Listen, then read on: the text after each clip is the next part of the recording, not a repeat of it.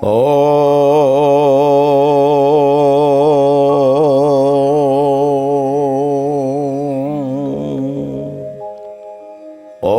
विश्वानि देव सवितर्दुरितानि पराशुव यद्भद्रं तन्नाशुव। हे सकल जगतर उत्पादक परम प्रिय सृष्टिकर्ता प्रभु, इच्छा विरुद्ध रे मध्य अनेक अशुभ चिंतन मन को प्रवेश करुथिला बेले, मन कलुषित होउथिला बेले आपणक प्रेरणा मते भद्र विचार प्रति आकर्षित करू। एतिकी प्रार्थना, एतिकी निवेदन प्रभु। उपनिषदर उपकथार आज अध्याय को समस्त श्रोता बंधु मानक, समस्त दर्शक बंधु मानक एवं समस्त मित्रगण को मु मोर श्रद्धा सम्मान भक्ति निवेदन करुछि। आमे पूर्वर आलोचना करुथिले कठोपनिषदर बाजस्रव ऋषि जेतेबेले सर्वमेध यज्ञ करने को चिंतन कले, सबकिछि से अर्पण करने को चेष्टा कले, किछि मोर नाही, मु सबकिछि देदेवी। सबु दान भितर जेतेबेले वृद्धा गोमाता मानक देखिले, जो माने भोजन कर सारी, क्षीर दे सारी, जेते पानी पीवा कथा पी सारी, केवल मृत्यु को अपेक्षा करिसेंती, सेही भली किछि गोमाता मानक जेतेबेले दान करने को इच्छा कले, तांकर 14 वर्षर बालक गुरुकुल रे पढ़ुथिया बालक नचिकेता प्रश्न करथिला, बापा एगुड़िक दबा द्वारा ग्राहक जे नौचंती, जहां को आपण दौचंती, ग्रहिता को बहुत कष्ट हो। सेतबेले क्रोधवश चिंता करी करी भाभी कहला, जदि आपण सबु दौचन ताले मु तो आपणकर संपत्ति मते आपण काहाकू दौचंती। एही कथा को चिंतन करी बारंबार बारंबार पचारिबा द्वारा पिता संगे संगे कहले, तते मु जम को दौची। बालक अपेक्षा न करी पिता ठारू आदे नहीं जमालय को गले। जमालय देखिले आचार्य जम सेतबेले जाइछंती परिव्राजक दृष्टिकोण जाइछंती बाहर को।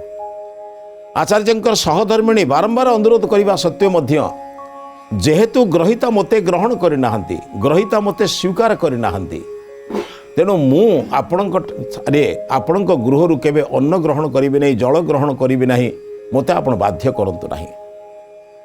3 दिन जाक जेहेतु गृह द्वार मुहरे जड़े ब्रह्मचारी ब्राह्मण बालक 3 दिन जाक उपवास रही, जल ग्रहण करना, अन्न ग्रहण करना। आचार्य जम प्रत्यावर्तन कर सारा पर कहले, तमें मोर समस्त पुण्य को नष्ट करने पूर्वर मु तुमको 3टी वर दौची। 3टी वर द्वारा तमें जो 3 दिन मोर द्वार मुहरे रही उपवास रहिल, तार निराकरण हो पार। प्रथम वर रे नचिकेता कहिथिले, हे आचार्य जदि मो पर आपण प्रीत होउछंती, मोर बापांकर क्रोध शांत हो, मते देखिले से पूर्व परि स्नेह करंतु एवं तांकर विचलित मस्तिष्क स्थिर हो, से खुशी रे रहंतु। ये प्रथम वर पुत्र पिता प्रति कर्तव्य। आजिकल समाज रे पुत्र माने पितामाता प्रति कर्तव्य करू नथिला बेले गोटे 14 वर्षर बालक बापा तांको क्रोधवशत जमको दे साइला परे मध्य से बालक केबे पितांकर अहित कथा चिंतन भी करू नाही। से कहूँ मोर पितामाता सुस्थ रे रहंतु, मोर पिता तांकर क्रोध शांत करंतु एवं सबुबेले से मो विच्छेद रे जो कष्ट पाउथिले से कष्ट जेमिति न पाइबे, से सुख रे रहंतु। आपण एतिक वर दियंतु। द्वितीय वर रे कहिले स्वर्ग प्राप्तिर अग्नि, से अग्नि कौठी, तार रहस्य कौन, केउ अग्नि को प्राप्त हेले मनुष्य सुख रे रुहे, स्वर्ग रे रुहे। स्वर्ग साधक अग्नि, से स्वर्ग साधक अग्नि को वर्णना करुथिला बेले आचार्य जम कहले नचिकेता तुम ये प्रश्न शुणी मु बहुत आनंदित, कहीं एभली प्रश्न खूब क्वचित लोक करती। मनुष्य आज एत संसार भितर रही व्यस्त विव्रत रोची, ईश्वर संबंध में, मुक्ति संपर्क में, ब्रह्म संपर्क में प्रश्न जिज्ञासा कार अच्छी, पचारुची किए? तुम्हें जो पचारुच मु कहली 4टी आश्रम भितर जो 3टी संधि अच्छी, ब्रह्मचर्य आश्रम गृहस्थाश्रम को जावाई गोटाए संधि, गृहस्थाश्रम वानप्रस्थ गला बेले द्वितीय संधि, वानप्रस्थ सन्यास गला बेले तृतीय संधि। ये 3टी संधि को त्रिनाचिकेत अग्नि बोली कहते। ताहा ही ब्रह्मयज्ञ। ब्रह्म शब्दर अर्थ होची बृहत, बड़, जार केबे कौनसी कलना करा जाई पारे नाही। ब्रह्म अर्थ बृहत, बृहत यज्ञ, बृहत कार्य, बड़ कार्य, समाज रे कार्य जो करबा पाई जो मैंने समाज रे सब बड़ कार्य कथा चिंतन करते छोट कथा चिंतन करते ना जगतर कल्याण हो समस्तंकर मंगल हो समस्ते भलरे रहंतु यही चिंतन करुवा कथा को ब्रह्मचर्य कहुए। हे प्रभु मु काहा प्रति द्वेष करी ना कि केही मो प्रति द्वेष करंतु ना से ब्रह्मचर्य जेतबले वैदिक विचार व्यक्ति माने जेतबले ईश्वर उपासना करती से माने कहती यो अस्मान द्वेष्टि च वयम दिस्म जम्भे दधमः मो भितर केतबले केमिति मोते कि जो माने द्वेष करुचंती कि मोर काहा प्रति द्वेष जदि आसुची ता समूले विनाश हो जाओ। अर्थ हे प्रभु मोर काहारी प्रति द्वेष मनोभाव न रहू बा केही मते द्वेष न करू। एई जो सृष्टिर समस्त प्राणी मानकर कल्याण चिंतन केवल त्रिनाचिकेत अग्नि को जो माने साधन करिसंती स्वर्ग साधक अग्नि सेवानक द्वारा संभवपर हो। तेणु त्रिनाचिकेत अग्नि ताकू नामकरण कले शेष ये प्रश्न पचारि दृष्टि आचार्य जम नचिकेता कहले नचिकेता यही अग्निर नाम नाचिकेत नचिकेता नाम रहिबो। यार नामकरण भविष्य है त्रिनाचिकेत अग्नि अर्थ जो अग्नि को प्राप्त कला परे मनुष्य स्वर्गर साधना प्राप्त होता। स्वर्ग को जीवार स्वर्ग कहले एक स्थान विशेष नुहे केवल गोटे अवस्था विशेष। अनेक लोक स्थान विशेष बोली भावुंट अनेक चिंतन कर स्वर्ग जोठी इंद्र अच्छी अप्सरा अच्छा नृत्य चलुची ता नुहे एक स्वर्ग स्व गह स्व माने आनंद रे गह आनंद को जीवाई रास्ता गमन करवा। से शास्त्र कही स्वर्ग रे थिबा लोक मानकर चारिटी लक्षण थाए स्वर्ग स्थितानाम इह जीवलोके चत्वारि चिह्नानि वसंति देहि दान प्रसंग मधुरा च वाणी देवार्चनम अतिथि पूजनम च।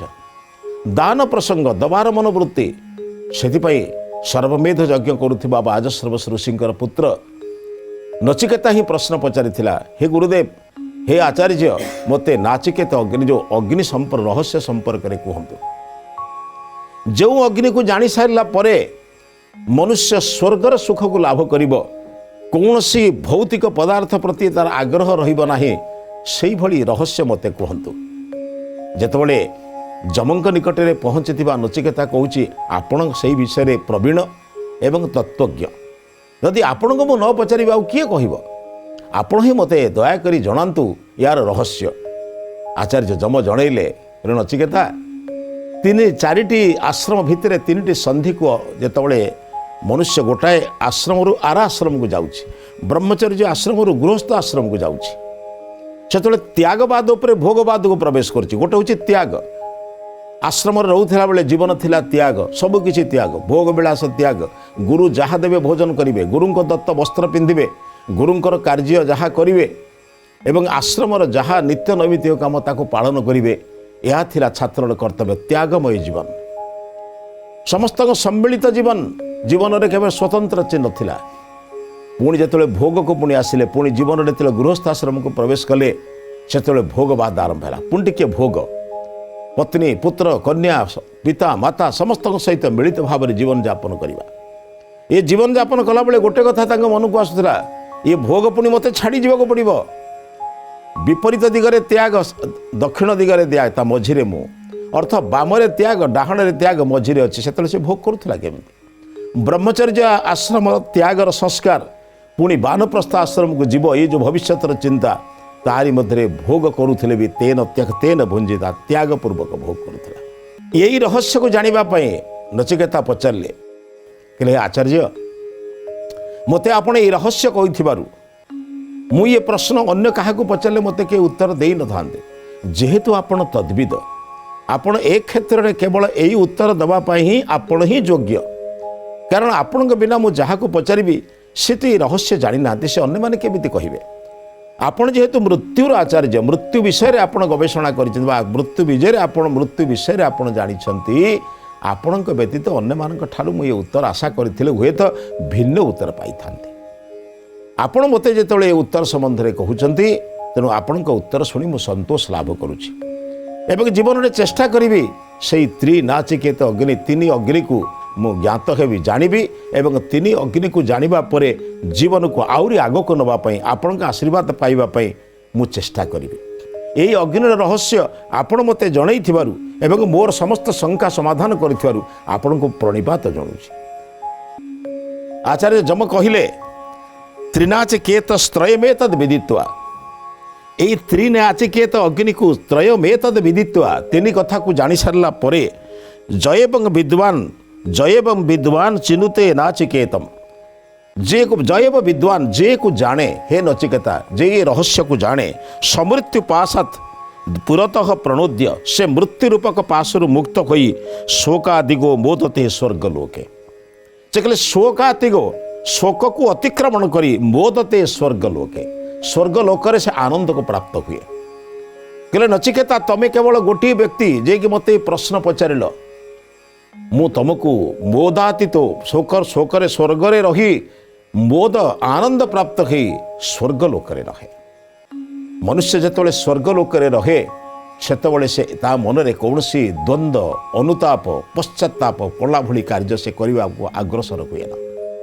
से भावे एपरी कार्य मु करी जहाँ अग्निर धर्म थी अग्नि जलिले आलोक हुए अग्नि उत्ताप दिए शैत्य दिए ना आलस्य दिए ना सेथिपई प्रत्येक व्यक्ति जिते अग्निर उपासना करे अग्निर उपासना करुवा व्यक्ति अगयिण गति करे प्रगति करे अधोगति जीवन में हुए ना सब प्रगति करे आगो को जाए कहीं अग्नि ऊपर को उठे ता जीवन को से ऊर्ध्वगमन करे अधोगमन करे ना जड़े राजा निजर प्रजा मानकर कथा बुझापी भाविले किछि दिन मु समस्त राज्यर प्रत्येक पूर्व प्रांत में बुलिबी बोली देखिब मो प्रजा मानकर भल मंद कौन होउछि केतबेले गोपनीय भाव में केतबेले प्रकाश्य भाव में प्रजा मानकर समस्त सुख दुख को बुझापी राजा निरंतर विभिन्न ग्रामांचल भ्रमण कले थरे गोटे ग्राम आउ गोटे ग्राम को जाउथिला बेले जेतबेले से शस्य क्षेत्र में जाउछंती जड़े गरीब घर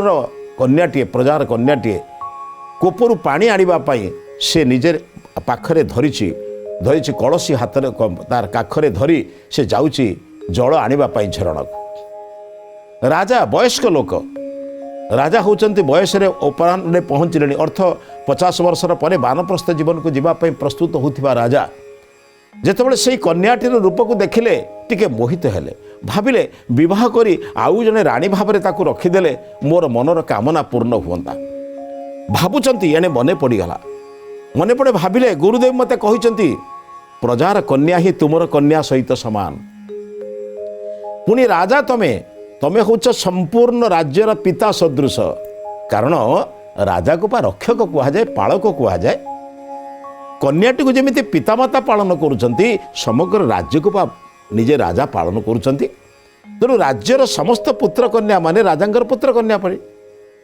गुरुदेव कथा जो राजांकर मुंडे पशिगला भावी नेले कहले मु कौन कली मोर कन्या समान गोटे बयसर गोटे झील को मु मो मनरे कामना बासना युक्त हो ताकू मु स्त्री करवा अर्थ ताकू मु राणी करवा ए उद्देश्य भाविली केमिति मने मने अनुताप करी भाविले कहले ना यार निराकरण पाई मते पश्चाताप करी एवं अनुताप करी यार प्रायश्चित पाई कौन दरकार पुरोहित को पचारि राज्य को फेरिले राज्य को फेरी निज राज्य में पुरोहित को डाकी निमंत्रण करी कहले गुरुदेव मो मन को काली राति गोटे स्वप्न देखली टिके छलनापूर्ण कथा कहले निज कथा न कही कहले गुरुदेव गोटे स्वप्न मु देखिली जने राजा प्रजा मानकर कथा बुझापी विभिन्न राज्य भ्रमण करुला बेले थरे गोटे शस्य क्षेत्र में जाऊला बेले देखिले जे गोटे प्रजार कन्याटीए काखरे कलसी धरी जल आनिबापी झरणा को जाउछि एही समय राजा